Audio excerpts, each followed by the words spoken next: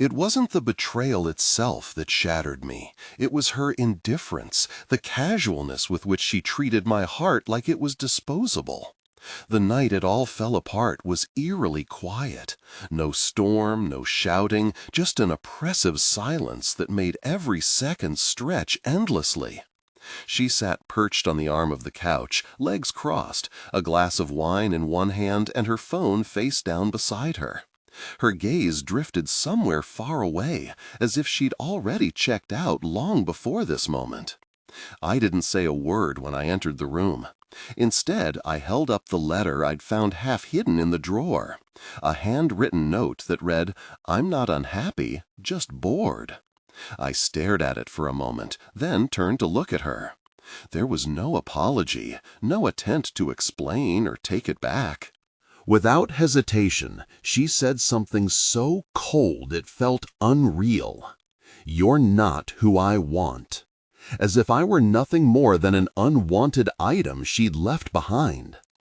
No anger erupted from me, no pleas for answers. I simply slid the wedding ring off my finger and let it drop onto the hardwood floor. The metallic clink was soft, but carried a weight heavier than any scream could have. Then I gestured toward the door. "That's the exit," I said flatly. "Take it before things get ugly."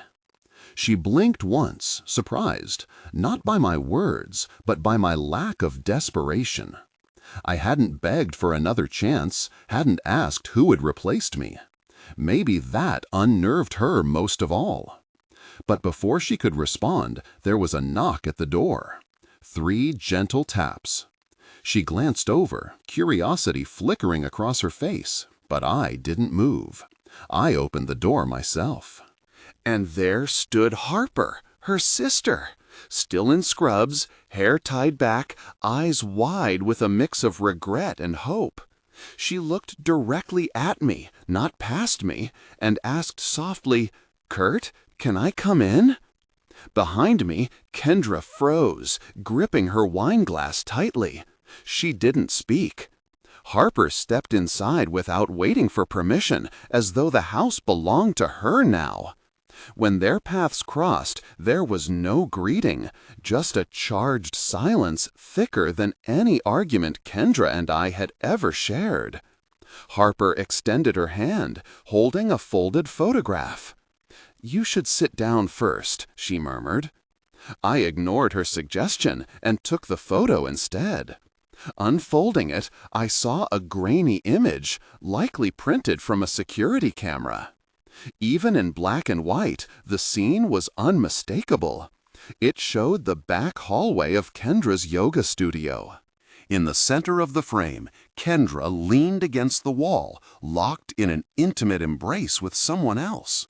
Someone familiar, the coworker she always swore was like family to her. I stared at the picture, my breath shallow and uneven. There was no rage building inside me, only emptiness. The truth lay in my hands, undeniable and stark. And yet, the person I thought I knew, the life I thought we had together, felt further away than ever. I turned to her, but before I could utter a word, Harper stepped in between us. "This isn't the only one," she said sharply, gesturing to the photo I held. "There's a folder. Kendra finally lost it." Her voice was laced with frustration. "What are you doing, Harper? You told me you wanted out. You didn't say you were going to crush him like an insect." Harper fired back without hesitation. "He deserved the truth. You were never going to give it to him." That's when it hit me. This wasn't some spur-of-the-moment revelation. Harper hadn't just stumbled upon these photos. She'd been gathering them, waiting for justice, for closure, or maybe something darker. Kendra scoffed, breaking the tension. "Don't pretend you're noble. You're just upset he chose me first." Those words sliced through everything, sharp and unrelenting. Harper froze, her shoulders sagging ever so slightly. The hurt flickered across her face, unmistakable. She avoided my gaze, not out of guilt, but because Kendra had struck a nerve, something real, something buried deep that neither of them wanted me to uncover. I didn't ask questions. I couldn't. My legs felt like lead as they carried me to the couch, my mind lagging behind. I sat there, gripping the photo, the ring still wedged somewhere under the fridge, feeling like a phantom around my finger. Harper finally broke the silence. "There's more," she said quietly, her tone heavy, "but only if you want to see it." Kendra, meanwhile, moved toward the door, muttering about fresh starts and freedom, as though she were the victim in this tangled mess. But before she left, she paused at the threshold, glancing back one last time. "You'll regret not fighting for me," she said, her voice tinged with defiance. I didn't respond. I just looked at Harper. And then I nodded, because whatever came next, the folder, the truths, I needed to face them. Even if they shattered the last good memory I had of my wife. Harper didn't flinch. She simply said, "Okay, but you'll need a drink first." She led me into the kitchen, placing her phone face down on the counter as if it had scalded her fingers. Without asking, she grabbed a bottle of ginger ale from the fridge and poured it into a glass. I remained seated across from her, clutching the printout of Kendra wrapped around that yoga instructor, oblivious to the husband waiting at home, cooking dinner every night. "You need to see something else," Harper said, her voice barely above a whisper, as though wary of being overheard. She reached into her bag and pulled out a second envelope, thick and warped, like it had been stashed away for years. With a single finger, she slid it across the table, avoiding my eyes. I opened it slowly, my hands trembling, damp with sweat. Inside were screenshots, dozens of them. Printed chats, blurry but legible, all between Kendra and Harper. "He's not a bad guy," Harper had written. "Just not what I pictured for you," Kendra replied. "But stable is useful," Kendra added. "And once the house is refinanced and the joint account clears, I'm done playing step forward." My stomach churned. I nearly gagged. Harper looked up, her expression unreadable. "She told me she was going to leave you after the money hit." The room seemed to spin. Every word, every image crashed over me like waves, relentless and suffocating. This wasn't just betrayal. It was calculated, cold, and cruel. And yet, amidst the wreckage, I realized something even more unsettling. I didn't know who to trust anymore. Not Kendra, not Harper, not even myself. That's why I began saving the messages. Initially, I thought she was just venting, letting off steam. But then it dawned on me, she meant every word. You weren't her partner. You were her fallback, her contingency plan, until something, or someone, better came along. I can't recall how long I sat there, frozen. Tom didn't feel real anymore. I tried to speak, but my voice caught in my throat, as if my body was shielding me from whatever might come out next. Harper reached over and gently touched my hand. "You deserve to know," she said softly. That's when the door burst open. Kendra stormed back in. Her lipstick was smudged, her eyes wild, phone clutched tightly in her hand. "You little rat," she spat at Harper. "You broke into my backup files. Do you even realize that's a felony, you idiot?" Harper rose slowly, calm and composed. "And blackmailing your own husband out of his retirement savings is what? Marriage counseling?" Kendra let out a bitter laugh. "Don't act so innocent. You're just jealous he picked me. Remember? You wanted him first. That night at the lake." My stomach churned. "What night?" I asked. Neither of them answered. Harper's jaw tightened and Kendra crossed her arms with a smug shrug. "Don't pretend you didn't feel it," Kendra sneered. "She flirted with you every chance she got. I just made the first move." I turned to Harper, searching for denial. but she offered none. She simply looked exhausted, broken in a way I hadn't seen before. I stood there, torn between fury and confusion. Was I nothing more than a consolation prize in some twisted game between two sisters? Kendra stepped forward, her confidence unwavering, like she was delivering closing arguments in a courtroom. "You can kick me out, you can destroy the account, but you'll always wonder who wanted you more." And that's when I said it. "Then go, both of you." Her face fell. Harper froze. I didn't yell, I didn't beg. I simply walked over to the table, grabbed the envelope, and dropped it into the trash. Not because I wanted to forget, but because I refused to let their war poison my peace any longer. "I'll send the papers," I said. Kendra stormed out, slamming the door behind her. But Harper stayed. She whispered, almost too quietly to hear, "That's not how I wanted this to go." I looked at her. "Then why did you come?" She hesitated, then said, "Because I thought I could finally fix what I helped break." Whatever she meant, I wasn't ready to process it. But later that night, when I opened my email, there was a message waiting for me from Harper. One line: "If you still want the truth, meet me tomorrow." The next morning, I found myself standing in the parking lot of the old Lake House Cafe. It was the same place we used to frequent in college, back when Harper and I were just part of the same friend group, long before Kendra even knew I existed. I hadn't been back in years, not since the night Harper swam out past the buoys, determined to prove she wasn't afraid of the dark. Back then, everything felt like a dare. Now, it all felt like a setup. She was already inside when I walked in, sitting in the corner booth, tucked behind a chipped vase of fake daisies. She wore a sweatshirt 3 sizes too big, no makeup in sight. For the first time in a long time, she didn't look like someone's sister. She looked human, vulnerable, like the weight of everything had finally caught up with her. I slid into the booth across from her, unsure of what would come next, but certain of one thing: I needed answers. She appeared exhausted, perhaps even frightened. I slid into the booth across from her, and silence hung between us like a heavy curtain. The waitress approached, and I ordered black coffee, needing something to occupy my restless hands. "I didn't tell you everything," Harper finally said, her voice trembling slightly. "It wouldn't have helped then, but now you deserve to know." I nodded once, my throat tight. "Tell me."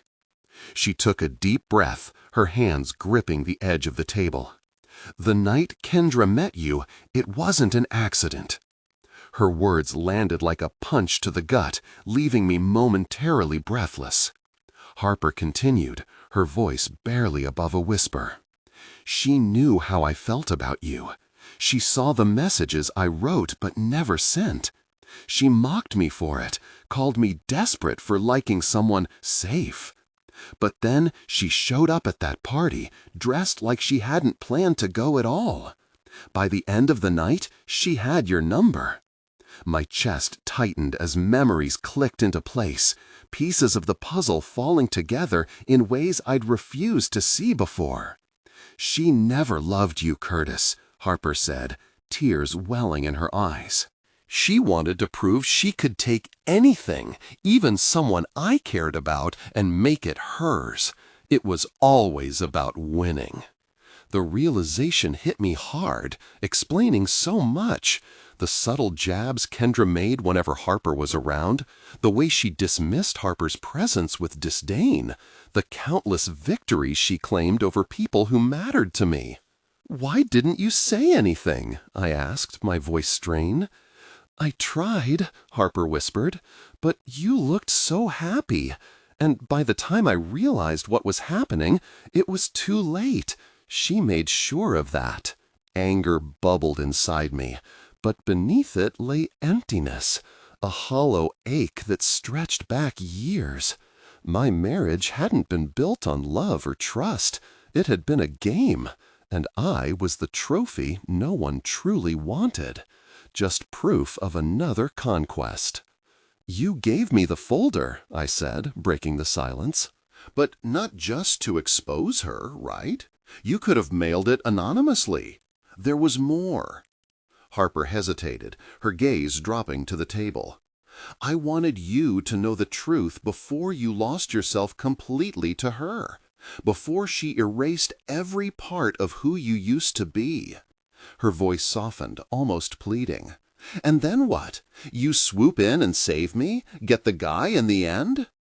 "No," she said quickly, shaking her head. "I came because I remember who you were before her, before she made you feel small, before she twisted everything until you doubted yourself. I don't want anything from you. But if someday you find your way back to who you were, to the person you were before she broke you, I hope you'll call me." She pushed a folded piece of paper across the table, her handwriting scrawled in faded ink. Then she stood, pulling her hood over her head, and walked away without looking back. I sat there long after the coffee turned cold, staring at the note, replaying every moment of our conversation. How many years had been shaped by lies I hadn't seen? How much of my life had been dictated by choices I didn't realize were being made for me? As I drove home, a new thought settled in my mind. I hadn't just lost my marriage. Somewhere along the way, I'd lost myself. But maybe, just maybe, it wasn't too late to start over. 3 days passed. I didn't call Harper. I didn't reach out to anyone. Instead, I replayed our meeting endlessly, dissecting every word, searching for signs I might have missed. Had I willingly stepped into a relationship built on manipulation and deceit? The pain ran deeper than I expected, reopening wounds I thought had healed. Yet, amidst the hurt, a flicker of clarity emerged. For the first time in years, I began to wonder, not about what I'd lost, but about what I could still rebuild. I was grieving a life that perhaps never truly existed. Those days were spent physically clearing out the house, not emotionally. I packed Kendra's belongings into boxes, labeling them with plain masking tape. Shoes, jackets, desk items, and the one that stung the most, wedding stuff. I didn't know what to do with that box. I just couldn't bear having it inside my walls anymore. That Friday afternoon, as I taped the last box shut, the doorbell rang. At first, I assumed it was Kendra, maybe returning to gloat, cry, or deliver one final blow with some smug speech about how I'd never find someone better. I wasn't planning to open the door, but when I peeked through the blinds, I froze. It wasn't her. It was him. The man from the photo. The yoga studio coworker whose hands and smirk were tangled around my wife in that grainy hallway image. His name was Darren, though I only knew that because Kendra had mentioned it once casually. "Oh, Darren's covering the morning class," she'd said, like he was nothing more than a footnote in her day. I opened the door halfway. "You're lost," I said flatly. He shook his head. "No, I'm exactly where I should be." I didn't respond, just waited. He sighed, shoving his hands into his pockets like this was some awkward neighborly visit. "I know you probably want to punch me, and that's fair, but I'm not here to fight. I'm here to tell you something." "I'm not interested," I said, starting to close the door. "But it's not about Kendra," he added quickly. "It's about Harper." That stopped me. I stepped out onto the porch and shut the door behind me. "You've got about 30 seconds, and if this is some twisted love triangle nonsense, you're leaving with a limp." He chuckled bitterly. "Nothing like that. I'm not here for drama. I'm here because Harper wasn't being entirely honest with you." I clenched my fists. "Careful." He nodded. "Look, I work with Kendra, but I've known Harper longer, before either of them started treating me like background noise. A few years ago, Harper, she was different, sharp, focused. But then she got obsessed. Obsessed with undoing Kendra. Obsessed with what? I asked. With beating her sister, he said. It started small, exposing lies, subtle manipulations. But somewhere along the way, it wasn't just about protecting you. It was about taking back what she felt was stolen. I stared at him, trying to decide whether to believe a man who still smelled faintly of cologne, likely borrowed from Kendra's glove compartment. "You're saying she used me?" I asked. He hesitated. "I'm saying she might not have started with clean intentions, but that doesn't mean her feelings now aren't real." His words hit hard. I'd already been used once. The idea that Harper, the one person who seemed to genuinely support me, might have had her own agenda all along made my stomach churn. "I'm telling you this because you deserve to know the full truth," he said. And there it was, a revelation that left me questioning everything I thought I understood about trust, loyalty, and even myself. Not just Kendra's version or Harper's. He turned to leave, but paused, adding, "They're both good at rewriting history. Just make sure you're not living in someone else's story again." Then he was gone. I stood on the porch as the sun dipped below the horizon, pondering his words. What if I'd been merely a passenger in my own life all along? That night, I stared at Harper's number for hours, but I didn't call, not immediately. I needed clarity. Who ignited this fire, and who stood by pretending to help while secretly fueling the flames? My phone screen went dark multiple times as I hesitated. Her number remained untouched since she gave it to me. After Darren's warning, deleting it seemed like the logical step, to sever ties with both sisters and everything connected to them. But instead, at 10:37 p.m., I tapped her name and hit call. She answered on the second ring. Her voice was soft. "Kurt," I said, unprepared for the conversation ahead. No script, no rehearsal, just raw emotion driving me forward. "We need to talk." A brief silence followed before she responded, "Come over." So I went. Her apartment was modest, dimly lit, and carried the faint scent of eucalyptus mixed with detergent. Gone was the hoodie. Now she wore a simple gray tee, hair tied up, expression unreadable. There were no hugs exchanged between us. She handed me water, and we sat together on her couch like strangers orbiting distant stars, yet bound by shared gravity. "I need to ask you something," I began, "and I want the truth, even if it hurts." Harper met my gaze without flinching. "Okay. When you showed me those messages about Kendra, were you doing it for me, or was it just another move in your twisted rivalry with her?" She didn't bristle or grow defensive. Instead, she sighed deeply, as though she'd anticipated this question from the moment she entered my world. "At first, it was for myself," she admitted. "I wanted to see her get what she deserved. Watching her hurt people and walk away unscathed infuriated me. But when I saw how she treated you, how she used you, it shifted. I realized I wasn't just angry at her. I was scared for you.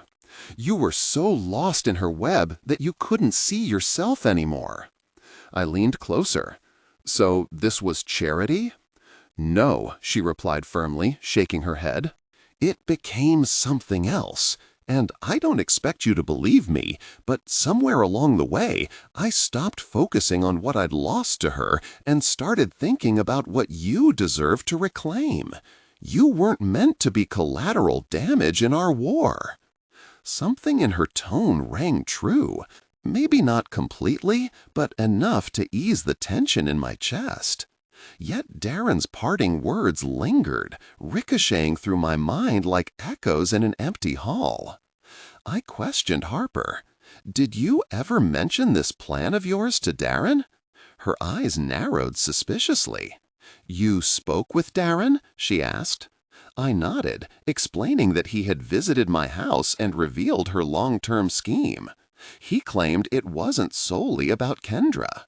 Harper sighed deeply through her nose. "Of course he did," she muttered. "Darren's been fixated on her for years. She manipulated him just like she did to you, but he never got what he desired. So now he's attempting to drag everyone else into his chaos." Skeptical, I inquired further. What exactly did he want? She hesitated briefly, raising every internal alarm I possessed. "Harper," I said deliberately, "what was it that Darren wanted?" With a direct gaze, she replied, "Me." Instantly, the entire situation shifted again. Darren wasn't merely a pawn in Kendra's game, he had his own agenda. And there I was, the fool caught in the middle, believing whichever narrative seemed most tragic at the moment. I stood abruptly, my thoughts swirling uncontrollably. "I need some air," I declared. Without protest, she simply nodded and remarked, "If you choose to leave, I understand. But don't let his version of the truth overshadow mine." I exited, stepping into the chilly night. As I did, my phone buzzed, a new voicemail from an unknown number. Without hesitation, I played it, and my blood ran cold. It was a recording, muffled yet unmistakable. The voices belonged to Kendra and Darren, discussing something far more intricate than me. They were talking about Harper and how they had orchestrated a setup I blindly walked into. I replayed the message 5 times before sinking onto the curb. Paralyzed, I couldn't even feel the cold concrete beneath me.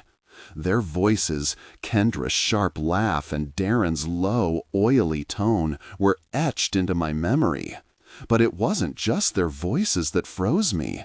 It was their words. "Do you think he'll actually fall for it?" Kendra's voice crackled through the static. "He already has," Darren responded smugly.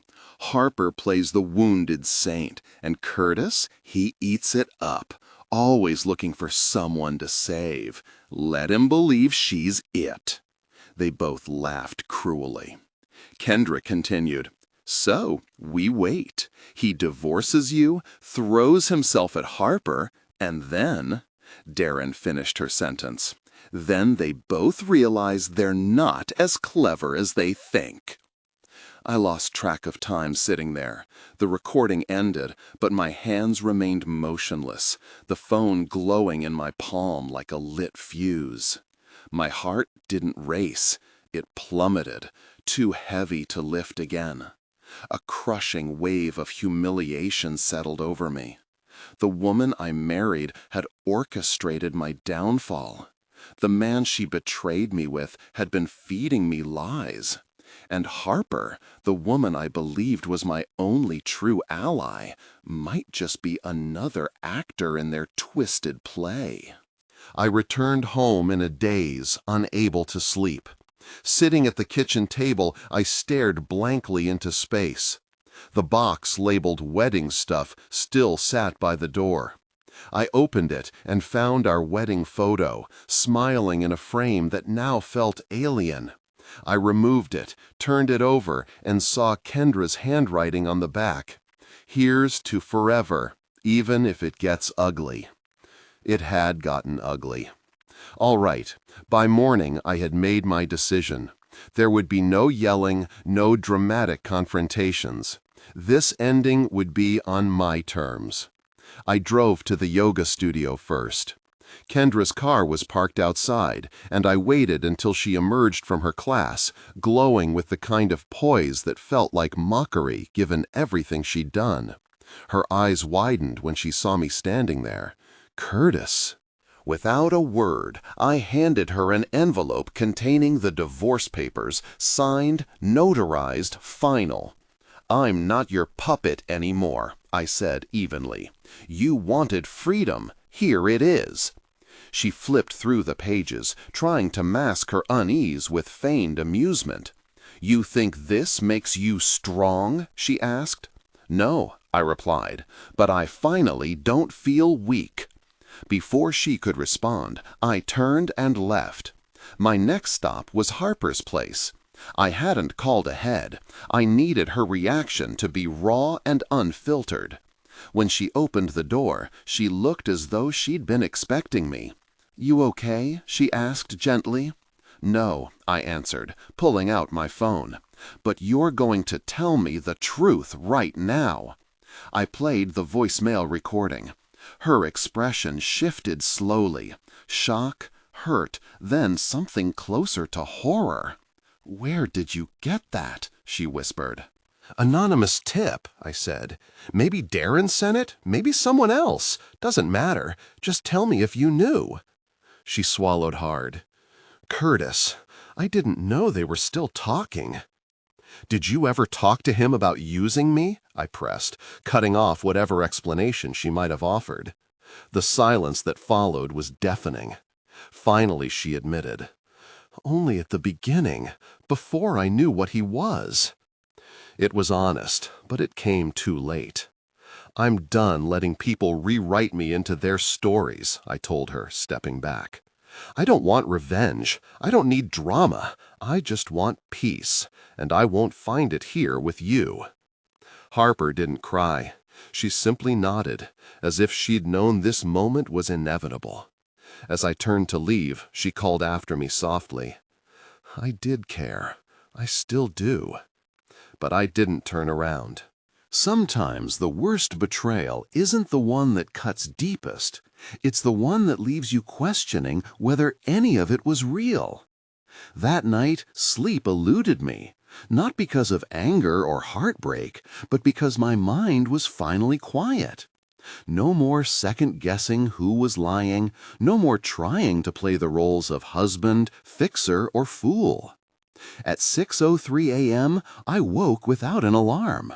Showered, packed the last of Kendra's belongings into my car, and dropped the box labeled wedding stuff on her mother's porch. I didn't leave a note. The photo frame was already gone. I hadn't destroyed it, just quietly buried it at the bottom of a dumpster 2 nights earlier. It felt symbolic, like discarding someone else's movie script with my name printed on the cover.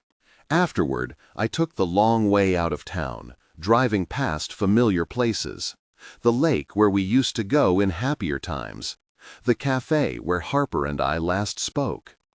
Each mile marked another step toward closure, another piece of myself reclaimed.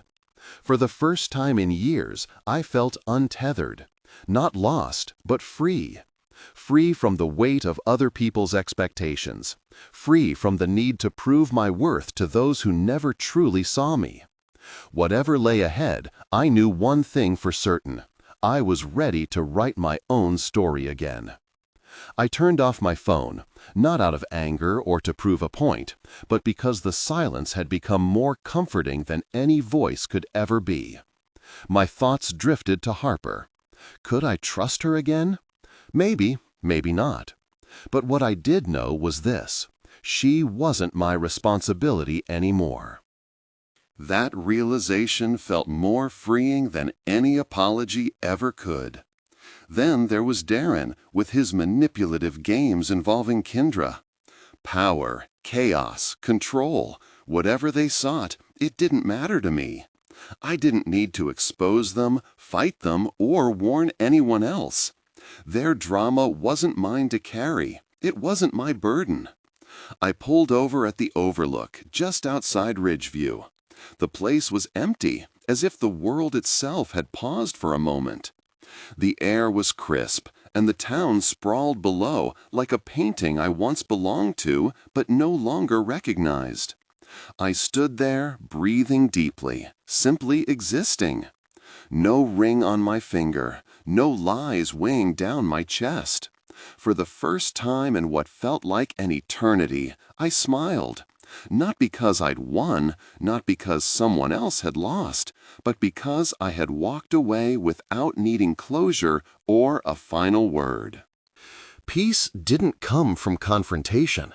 It came from stepping off the stage entirely and refusing to play their game. My story was no longer being dictated by others. It was mine again. Messy, fractured, incomplete, but undeniably mine. Weeks later, Harper sent a text, just one line. "If you ever want coffee, no expectations." I haven't replied yet. Maybe someday I will, maybe I won't. Either way, the decision is mine alone. Have you ever walked away from someone not because you stopped caring about them, but because you finally started caring about yourself? If so, share your experience. Your moments matter. Sometimes survival becomes its own kind of plot twist, a quiet triumph that doesn't announce itself with fireworks, but settles into your soul like dawn breaking after a long night. Thank you for reading this far. If these words resonated with you, take a moment to reflect on your journey. Truth can hit harder than fiction, and sometimes finding peace means leaving behind what no longer serves you.